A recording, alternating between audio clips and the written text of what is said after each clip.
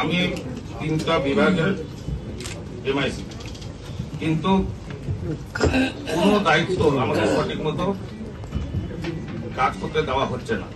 প্রথম কথা হচ্ছে যে ট্রেড লাইসেন্স আমার 46 নম্বর ওয়ার্ডে যখন স্কুলগুলোতে সার্ভে কথা বলা হয়েছিল, তখন সার্ভে করতে যাওয়ার পরে তারপরে আমার এলাকায় যতগুলো মানে গোডাউন আছে, একটা গোডাউন নেই যে গোডাউনটাতে ট্রেড লাইসেন্স আছে, কিন্তু সেগুলো সার্ভে করতে যাওয়ার পরে স্টাফদেরকে বলা হলো তোমাদেরকে কে সার্ভে করতে যেতে বলেছে, তোমাদের ওই সার্ভে করার মধ্যে স্বার্থটা কি আছে।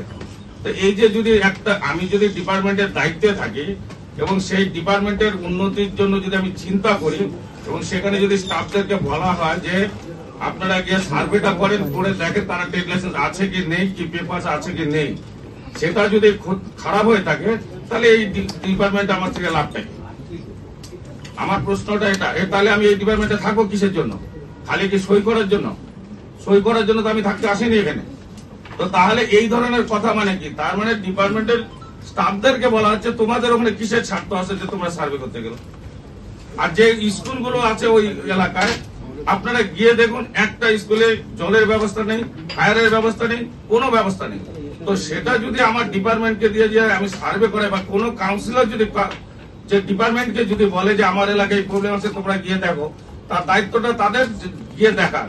কিন্তু তার বিনিময়ে যদি কথা শুনতে হয় যে তোমাদের ওখানে সার্ভে করতে যাওয়ার জন্য কে বলেছে, তোমাদেরকে কি স্বার্থ আছে ওখানে সার্ভে করার, এর কারণটা কি? তাহলে ওই ডিপার্টমেন্টে থাকার কি কারণ আছে? ওই ডিপার্টমেন্টে যখন কাজই করতে পারবো না তাহলে ওই ডিপার্টমেন্টে থাকবো না। স্টাফ কোথায় চলে যাচ্ছে সেটাও জানা যাচ্ছে না, কখন কোন স্টাফ ওই ডিপার্টমেন্ট থেকে কোন ডিপার্টমেন্টে চলে যাচ্ছে এটাও বোঝা যাচ্ছে না। এর আগেও আমি বলছি, তখন ঘরে বলছি, এখন আমাকে বাইরে বলতে হচ্ছে, যেহেতু আমার মান সম্মান থাকবে না। যেখানে আমার মান সম্মান নাই সেখানে আমি এখানে নাই। আমি এই বোর্ডে আসছি, আমি 3টা ডিপার্টমেন্টের দায়িত্ব যেদিন থেকে পেয়েছি সেদিন থেকে কোনো না কোনো কর্নার থেকে আমাকে অবহেলা করা হচ্ছে। এটা কিন্তু সঠিক হচ্ছে না, এটা আপনারা চিন্তা করবেন। আজকে আমি তার জন্য এই কথাগুলো বললাম।